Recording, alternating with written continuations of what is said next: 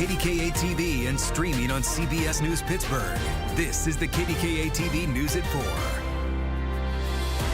4. Right now at 4, a nice start to the work week, but rain is on the horizon. The KDKA First Alert Weather Team will let you know when you're going to want to keep an umbrella on hand or find your umbrella. More money is coming to convert empty downtown offices into apartments. I'm Chris Hoffman, and coming up, we have how they try to keep them affordable and the goal behind all of this.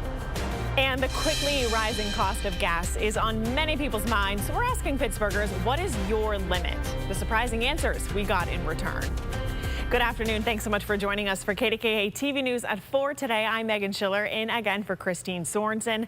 Up first, though, we have a check of the forecast as we take a live look outside. How's it looking for you, Mary Hours? Hey, it's nice. I mean, we're in the 70s. We have a lot of dry time to enjoy, but then those showers are going to move in. It is very windy once again. Those gusts this afternoon were about 30 miles per hour. So right now on our satellite and radar, we're seeing this cold front close, an inch closer to the region. That's bringing some showers for areas to the northwest and even off to the west right now in Ohio. We're seeing a few heavier downpours. That's that yellow indication. That's going to be moving to the northeast. So areas into Newcastle, you'll get a quick heavy downpour here, but probably not until about 4:30-ish. So right now, taking a look over the city, we're at 72 degrees. Winds right now out of the west-southwest about 5 to 10 miles per hour. So temperatures are sitting at 74 South Strabane, but you can see right where that cold front's cutting through the region, leaving us into those upper 60s for places like Newcastle, even Franklin, and that's seasonable. That's where it should be this time of the year. So colder for those areas, warmer for areas like Connellsville, only by about 5 degrees.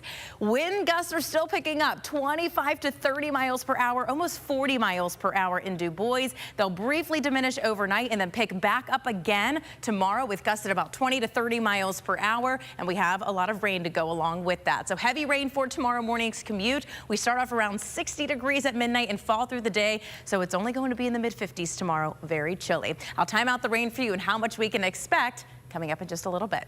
Mary, thank you. More money is coming to try to help convert empty downtown offices into apartments. We're talking $1 million from the federal government that's supposed to help create more affordable housing. As Chris Hoffman explains, it's all part of making downtown more residential and getting buildings to contribute more. Regional and federal leaders say this money can help fill gaps with these multi-million-dollar projects. While it doesn't sound like it will go too far, it helps them get across the finish line. For the URA, every penny counts when converting empty offices into housing. They've contributed more than $36 million over the past few years to this effort. We hope to direct this funding into one or two or multiple downtown conversions that are close to closing. In total, URA projects have a total of 708 apartments that will come online, including 477 affordable units. Conversions like First and Market contribute 93 total units, all affordable. All across downtown, there are 3,100 apartments, with 543 being affordable. Congresswoman Summer Lee says efforts like this make sure everyone has a chance at housing security. We have the solutions to make life a little bit more affordable to people who really need it the most. Now, for downtown, this also helps generate more in taxes. With the city in a budget crunch, getting buildings converted into apartments helps raise their property assessment.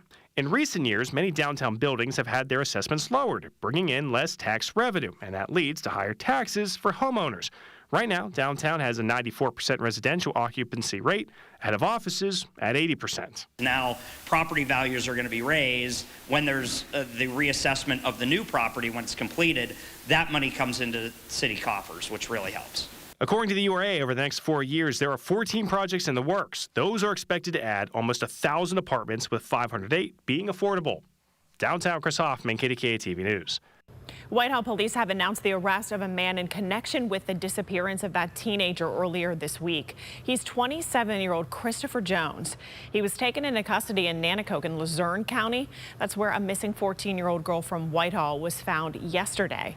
Police accused Jones of using social media to lure her away from her family home on Sunday. He's now facing several charges, including unlawful contact with a minor and criminal attempt to commit several sex offenses. We're also learning a bit more information about that dog that was taken from a parked car right outside of a local Giant Eagle. Verona police tell KDKA the dog's owner was doing a food delivery Sunday night when her 6-year-old Shih Tzu, Lily, was stolen from her SUV. She was parked in the Rivertown Shopping Center lot between 7:20 and 7:50. Police say the car wasn't broken into, and the woman said she couldn't remember if she locked her doors. Right now, police are working with some surveillance video to hopefully find Lily and the person who took her. The state of Pennsylvania is now suing an AI company over claims that its chatbots posed as licensed medical professionals. This is according to a recently filed lawsuit. A chatbot from the company Character AI claimed to be a licensed psychiatrist, even providing a false license number and saying it attended medical school in London. The state wants a court order to stop its use immediately. In a statement, Pennsylvania Governor Josh Shapiro said, quote, "We will not allow companies to deploy AI tools that mislead people into believing they're receiving advice from a licensed medical professional." The Trump administration says the U.S.-Iran ceasefire is holding for now, despite new attacks from Iran. It comes as the U.S. launched Project Freedom to help guide commercial ships through the key waterway. Natalie Brand's at the White House today with the very latest. The United Arab Emirates, a key U.S. ally, says Iran launched new attacks Tuesday, a day after Iranian small boats opened fire on ships in the Strait of Hormuz. We have beaten them badly. They're talking, now they're reduced to little boats with a machine gun on the front of them. These forces have already destroyed, as I told you earlier, I thought it was 6, it's 7 Iranian fast boats that failed to heed our warnings. The Trump administration says the ceasefire is still in place, but the president didn't specify what would constitute a violation. I'll let you know. They know what to do and they know what to do. They know what not to do, more importantly. Pentagon leaders also touted the new U.S. military effort to help commercial ships get through the Strait of Hormuz. Right now, hundreds more ships from nations around the world are lining up to transit. It's unclear how long it could take for commerce through the strait to get back to normal. President Trump again tried to downplay the impact to the economy and the rise in gas prices. Gas prices practically doubling really just puts a toll on your everyday living. That's a very small price to pay for getting rid of a nuclear weapon from people that are really mentally deranged. Farmers in America's heartland say it's not just fuel, but fertilizer that spiked. Fertilizer was not purchased by the time that the recent war came into place. No one anticipated it. The industry didn't anticipate it. Farmers couldn't anticipate it. And costs just went through the roof. It was estimated before the war about a third of the global fertilizer supply passes through the strait. Natalie Brand, CBS News, the White House. And it's definitely not your imagination. The price of gas is climbing almost daily, and yesterday's military exchanges in the Strait of Hormuz didn't help. So is gas really going to $5 a gallon and beyond? And at what point will you leave your car parked? Here's John Shumway. There are different approaches to these prices. There's don't look. Like the other day, I look at the price and I go, holy cow, it's over $5. Or there's seethe. Very expensive, extremely expensive. It's hard, it's difficult. Every fill up is roughly $15 to $30 more than it was a couple months ago. Mike West's truck took $146 to top off. It's expensive to fill up. If I had to drive it every day, I'm sure it'd be something I'd think about more. It should cost $46 for me to fill up a Honda Civic. And GasBuddy.com's Patrick Hahn says yesterday's military action in the Strait has already put another 13 cents a gallon in the gasoline price pipeline. You can watch how quickly they pass it along, or don't. I think we are headed into at least $5 within the next couple weeks. We're almost there.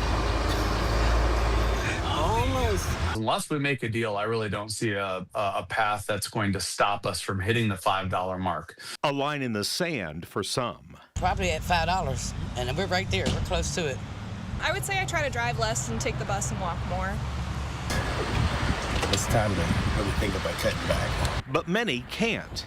We gotta keep on paying. What else could we do?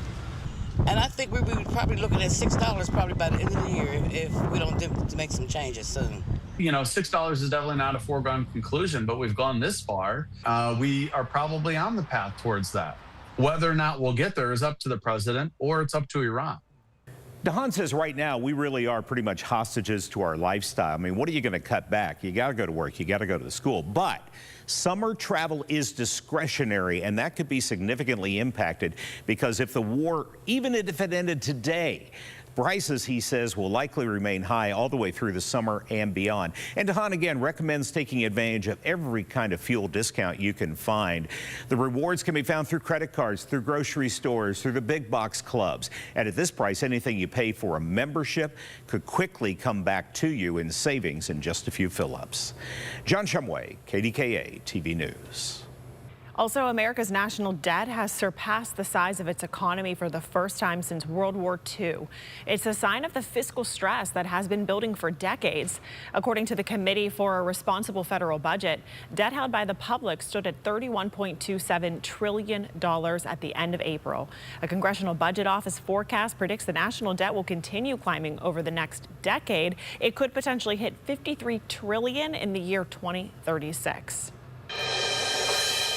Now we're talking about the shockwave of the abrupt shutdown of Spirit Airlines just rippling through the travel industry for both passengers and employees alike. The hardest part is what are the flight attendants going to do and the other employees, because there's just not enough work for everybody here. You know, it's bittersweet. There's a lot of memories. We had good days, we had bad days, like any other job. But it was that job that I loved. There was no job that compared. Luggage was prioritized to go to Spirit. Spirit doesn't know where it is. The cruise line doesn't know where it is. In the wake of the shutdown, some other airlines have offered capped ticket prices, or rescue fares, they're calling them, most around $200 to try to help stranded Spirit passengers rebook their flights.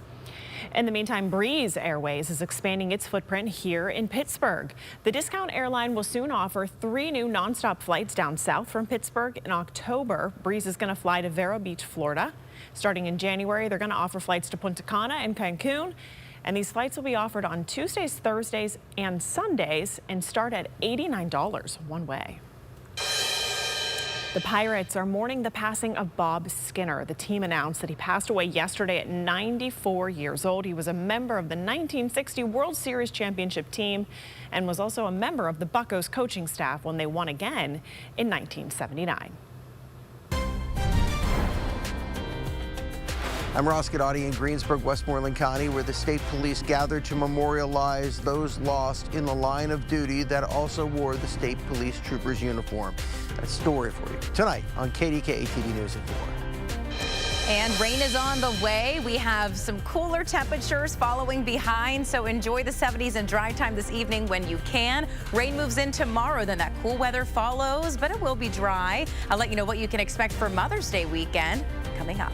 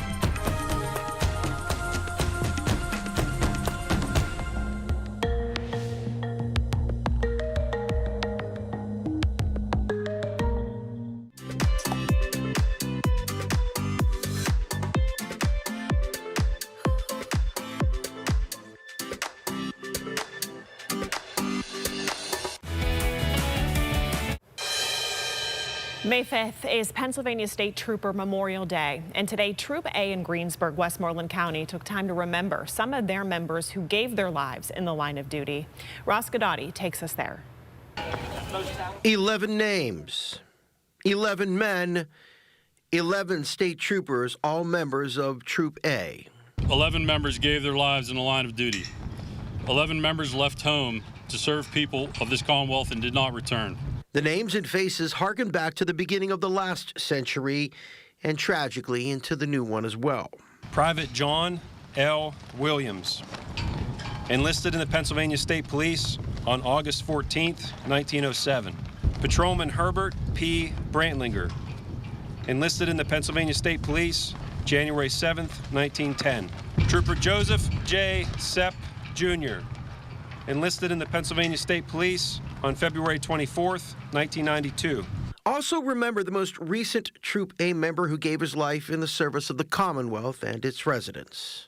Patrol communications operator on the other end said, "We lost a trooper. We lost Mike Stewart." Trooper Michael P. Stewart was killed when the patrol unit he was in slammed into the side of a garbage truck in the early morning hours of July 14th, 2017. I remember Michael when he came to the Steelers as a ball boy. Super Bowl winning former Steelers general manager and friend of the Stewart family, Kevin Colbert. Every day you walk out that door, they're hoping and they're praying that you walk back in that door, but nobody knows.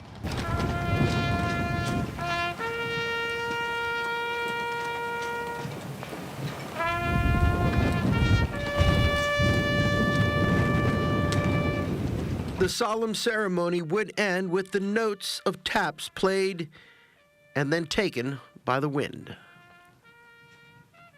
In Greensburg, Ross Godotti, KDKA-TV News.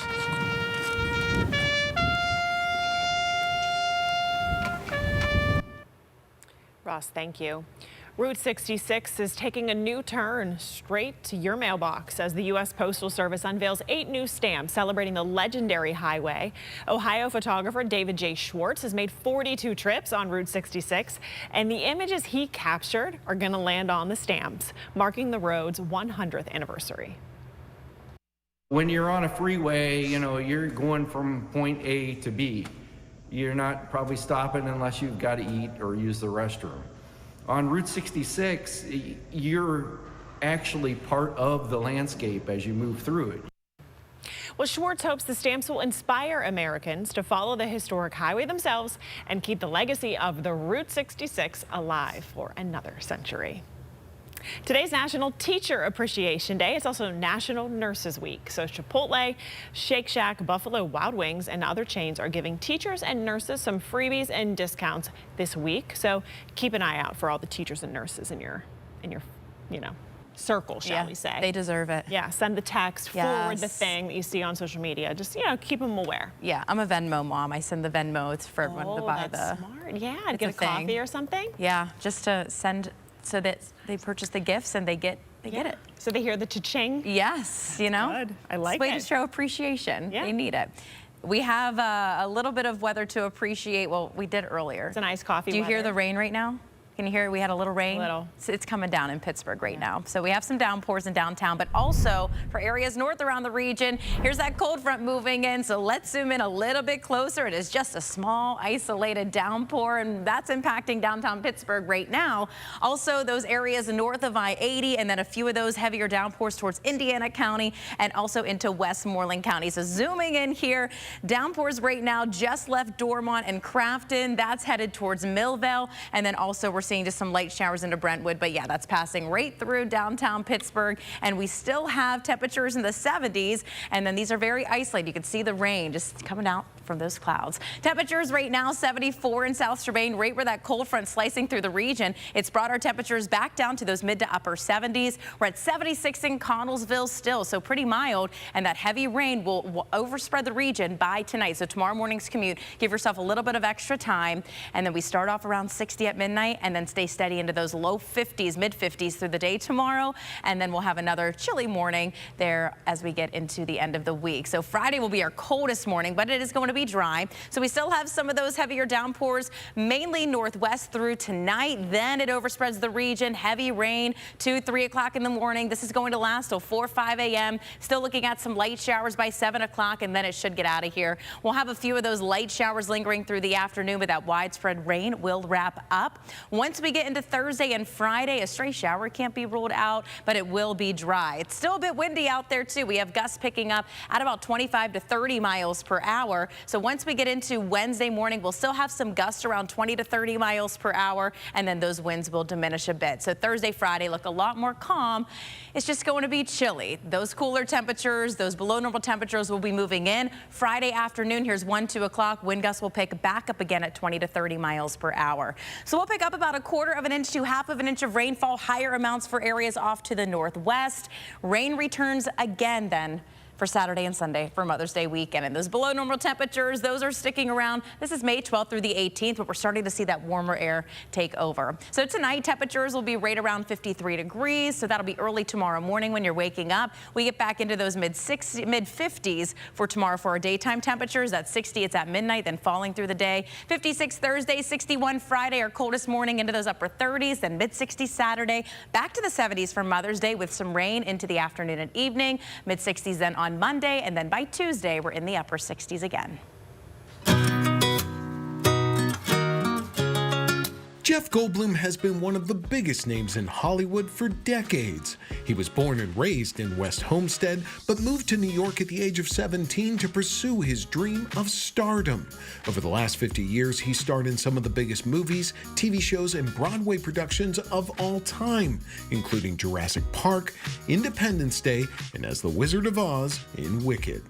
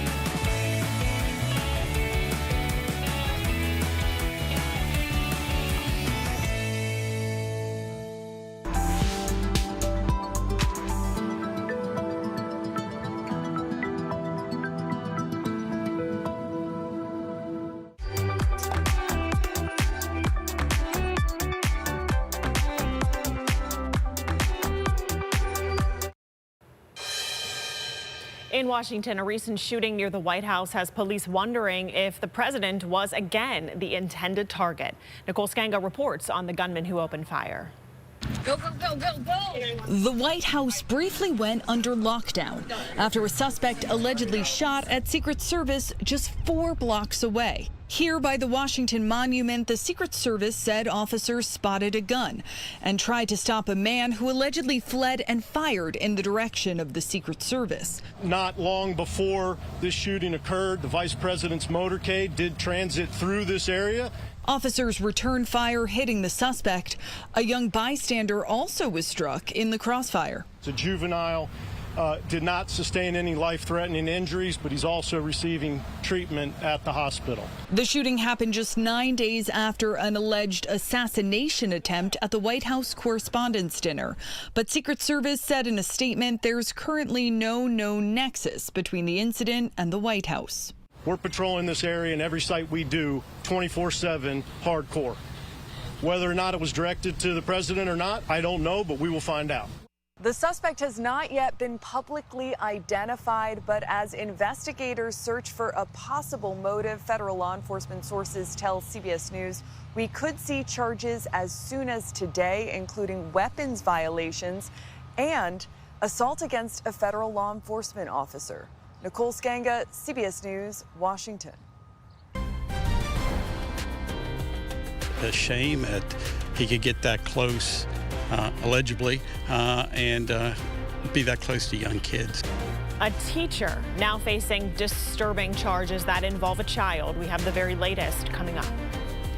Plus, multiple people, including a firefighter, hurt after a fire at a local apartment building. It is a new spring season at the Pittsburgh Zoo. Lots of new going on. As you can see behind me, construction, a brand new gate, but some new reminders about priorities in safety at the zoo. I'll have that full report coming up for you, new at 5.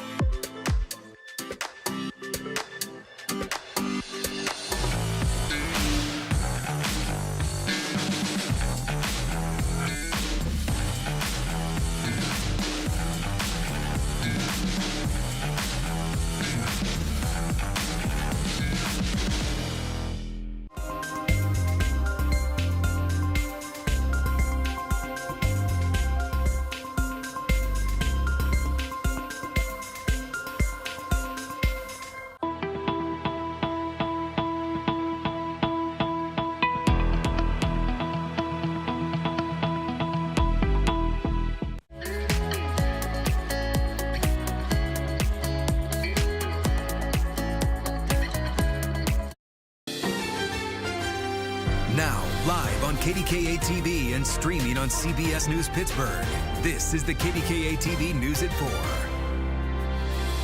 Now at 4:30, we're taking a live look outside. The KDK First Alert Weather Team says today will be the warmest day of the week. Looking cloudy, though. I'm here in the Weather Center with meteorologist Mary Hours. So, Mary, do you think we all are going to fall asleep to some rain tonight? Maybe a thunderstorm? Yeah, if you like falling asleep during some heavy downpours, then yeah. Why not?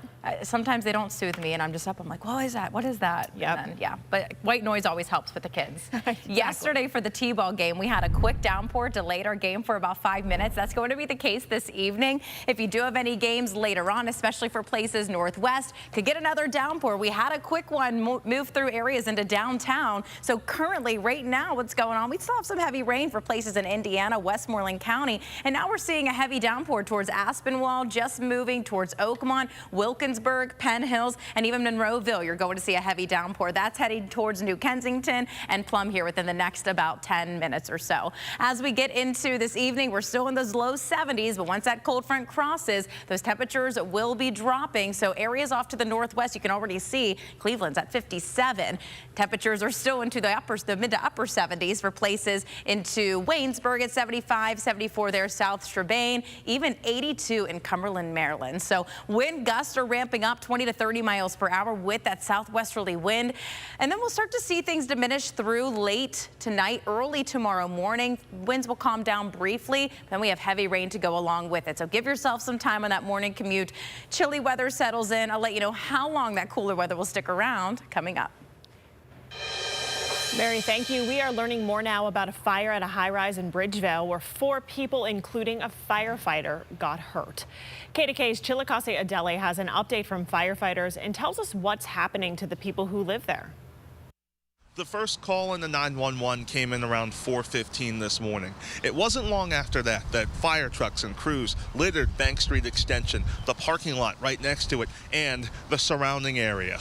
As firefighters swarmed from Bridgeville and neighboring communities, people inside scrambled. We ran out. I got my cat and my dog, 2 cats out. Then Raymond Jester shifted to trying to save someone else. And then I went back up in there to get an old lady that can't even walk. And it took me almost half an hour to get her down. Bridgeville's deputy fire chief says crews found the fire on the 8th floor after getting to the towers. Initially, it was just a automatic fire alarm dispatch. More crews were called in to help. And we're trying to secure them and evacuate them as safely as possible. The deputy chief says firefighters were actually able to keep a lot of the others who live here sheltered in place.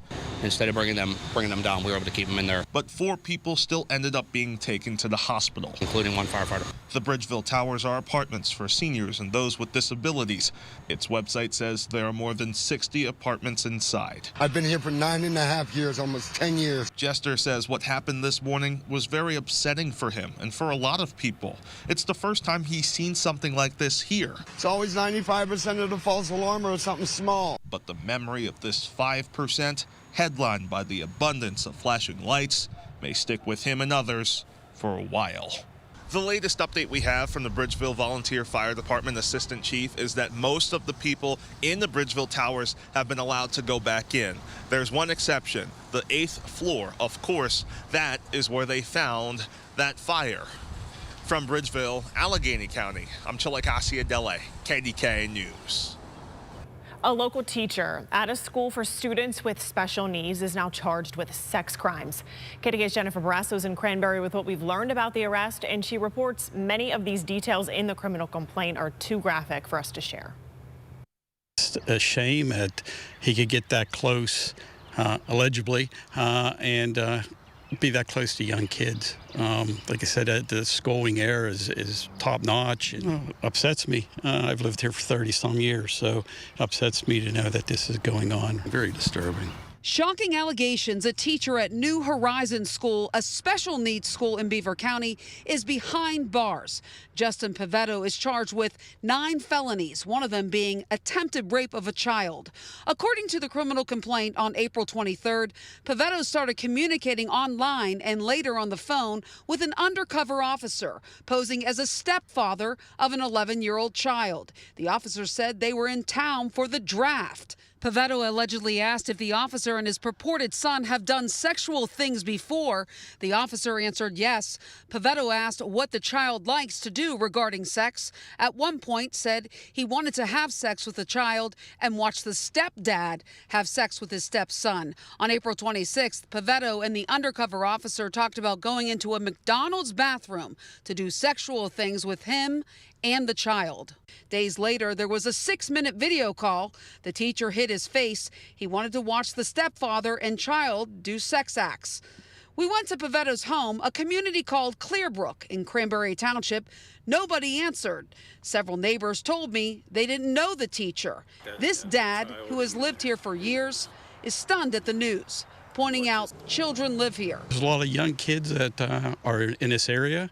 It's kind of scary to think that someone's there, maybe a perpetrator like that could get a hold of them or even talk them into something for them being so young. Alleged perpetrator. Alleged, right, alleged. The school district released this statement. Earlier today, Beaver Valley Intermediate Unit administrators learned that an employee was arrested on Friday on charges related to crimes against children.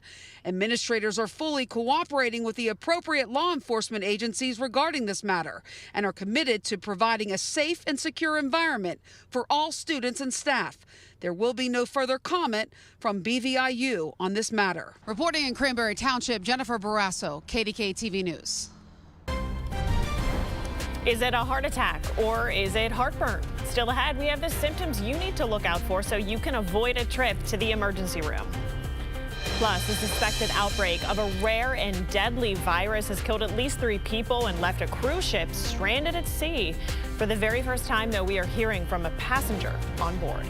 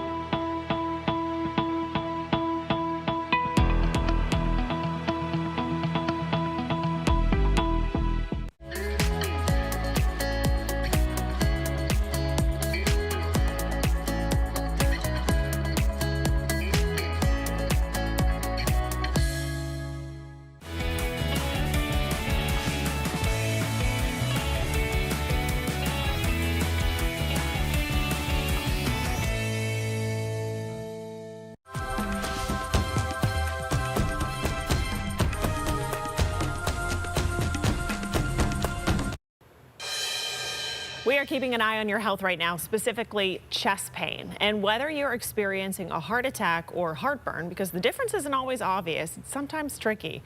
Doctors say it could be acid reflux. Now, this causes stomach pain, a sour taste, and a sore throat. Doctors say it almost always revolves around your diet. The biggest triggers are greasy, spicy, and processed foods, as well as carbonated drinks, alcohol, and coffee.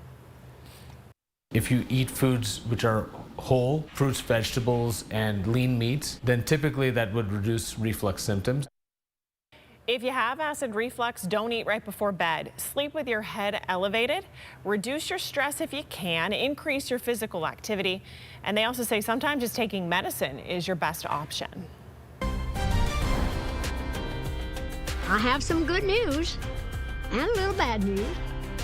Dolly Parton shares an update on her health after canceling her upcoming Las Vegas residency. We'll tell you what she told fans in a new video on social media coming up in our Word on the Street.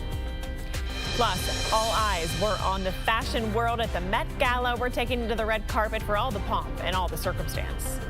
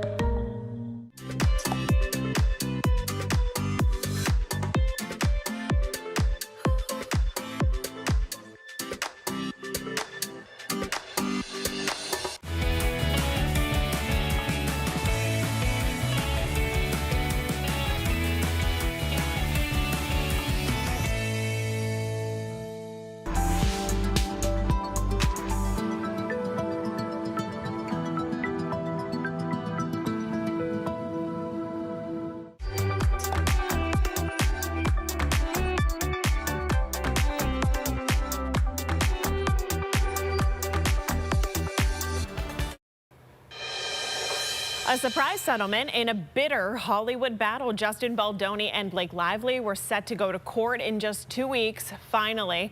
But they made a deal after a judge dismissed her claim that he sexually harassed her while making the movie It Ends With Us. Derica Duncan has the details.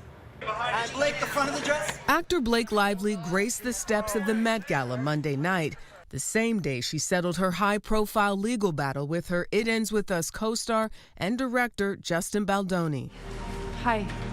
Hi. Lily. The terms of the settlement were not disclosed. In December of 2024, shortly after the release of the film, Lively filed a complaint accusing Baldoni and the production company of sexual harassment and retaliation.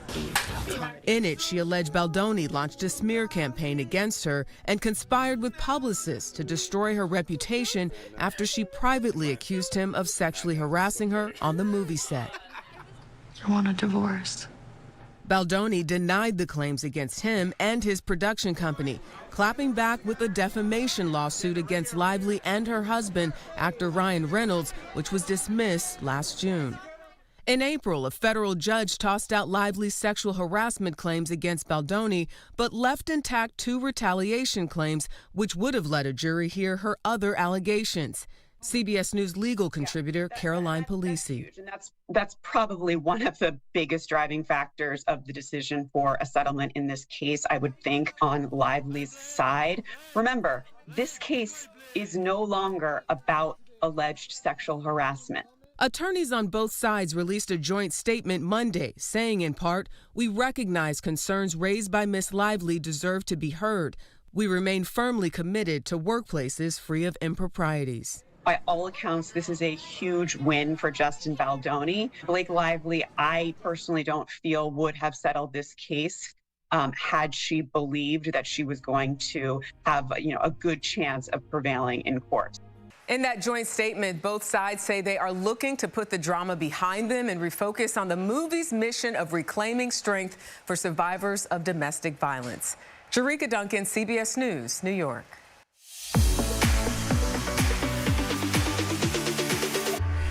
All right, Dolly Parton has now canceled her upcoming Vegas residency, unfortunately, and that is raising some questions about her health. Barry Pintar has her message to fans. Thanks for joining us in our Word on the Street. Always a pleasure. Yeah, I saw this last night online. It was social media all over the place. The music legend did tell fans that even though she's not ready to perform, she is, in her words, doing well.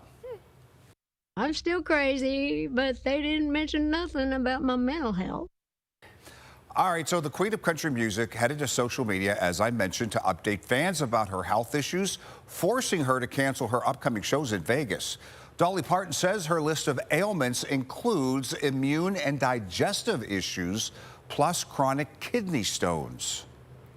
Lord, they dig more stones out of me a year than the rock quarry in Rockwood, Tennessee. Some of the meds and treatments make me a little bit swimmy-headed, as my grandma used to say. And of course, I can't be dizzy carrying around banjos, guitars, and such on 5-inch heels. Yeah, you can see why everybody loves her so much. Parton assured fans that she's holding on to her humor and her 5-inch heels. This is her talking through her ongoing treatment. She's also thanked her fans for their support, adding that even if she's not performing, she is still working. That includes the production of her upcoming Broadway musical. And you know what? I'm dead serious. I don't think I've ever in my life heard anyone say, I don't like Dolly Parton. Right. Have you? How can you not like that? Everybody loves her, and that's a great reason. Her just great humor. And she always looks great. Yeah. I mean, right? I know, good people. All right. Well, speaking of musicals, though, the nominees are in for the 2026 Tony Awards. The Lost Boys, Schmigadoon led the field, each earning 12 nominations, including for Best Musical. Titanic and Two Strangers are also up for Best Musical.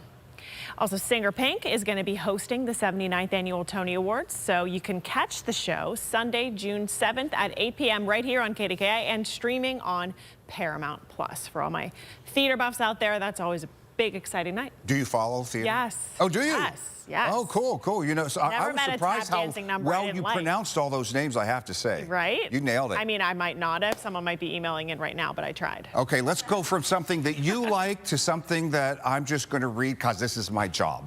All right? So when it comes to fashion, nothing is bigger than the Met Gala.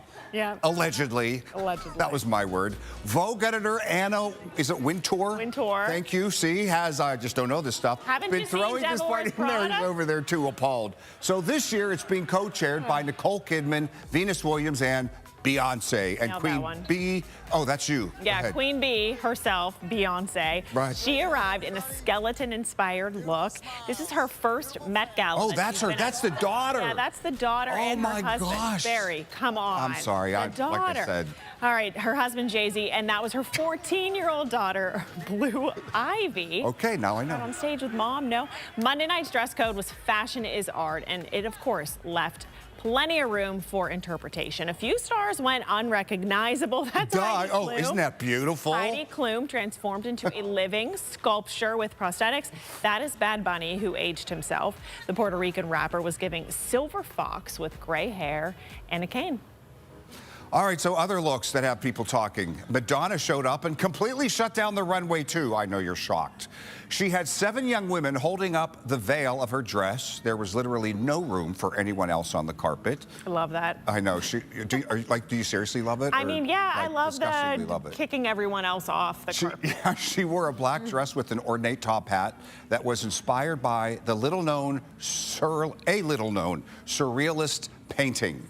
Well, also the pop star of the moment, who is kind of besties with Madonna, made her grand return to the gala. Sabrina Carpenter wore a Dior dress, but it is made entirely out of film. That's kind of cool. Yeah, film, like from a film reel. All of the images, though, were from one of her favorite movies, Sabrina, the 1954 movie starring Audrey Hepburn. And so she was on one of, many of the best dressed lists today. I just need to apologize because I know nobody cares what I think. I know I'm getting things wrong. If you could see Mary Yowers over there going, I'm sorry, Mary's not digging your it just takes. doesn't work for me. That's all. We didn't see any Kendall Jenner. Well, okay. Well, what was up with the toilet paper thing? Did you The see looks that? are great. It's all fashion. But they raised $42 million, we should say, for the it's amazing. Metropolitan Museum. It is. It really. That's good stuff, man. It is. It's good stuff. You know, right now we don't have too much good going on outside at the moment.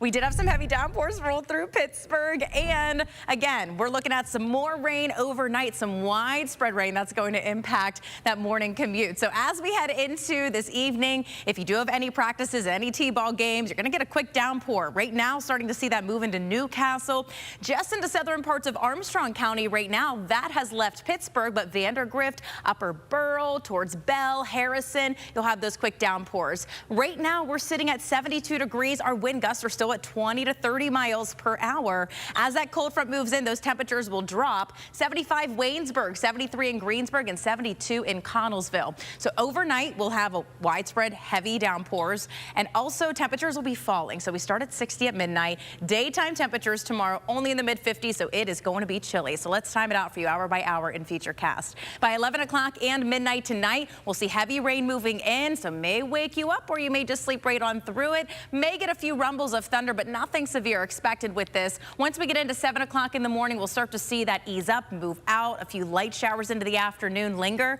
and then we'll be drying out for Thursday and also into Friday. A very low chance for any rain as we get into Friday. Then our next chance will return through the weekend. So looking at our Futurecast as we head into this afternoon and into the evening, wind gusts will gradually diminish. So tomorrow morning, 6 o'clock, we'll still have some of those wind gusts around 20 to 30 miles per hour. Winds will calm down Thursday, and then they'll pick back up again for Friday into the afternoon. Some gusts at about 20 to even 30 miles per hour. So we could pick up about a 1/4 of an inch to a 1/2 of an inch of rainfall, and then a lot of that heavier rain for areas off to the northwest. So as we get into later on through the weekend, we start to see that rain return Saturday and also into Sunday. So May 12th through May 18th, our temperatures will be back near normal. So we're starting to see that warm up here soon. But tonight, 53 degrees, mostly cloudy with some scattered showers. That heavy rain through tomorrow, falling temperatures during the day.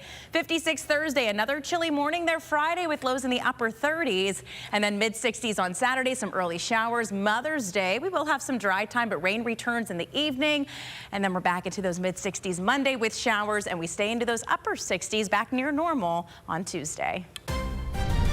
Thanks, Mary. I'm Ken Rice. Here's what we're working on for KDKA-TV News at 5. Parents facing charges, what they're facing after their child was involved in an e-bike crash.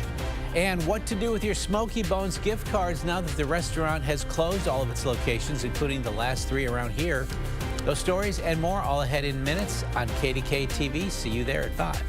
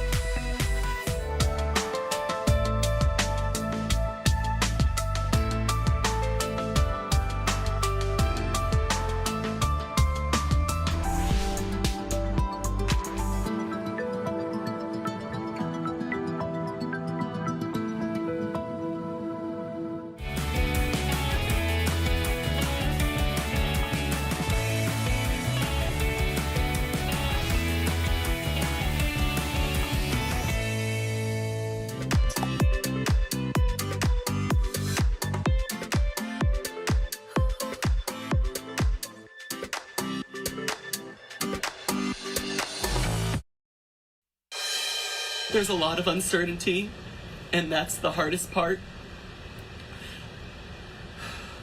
All we want right now is to feel safe, to have clarity, and to get home.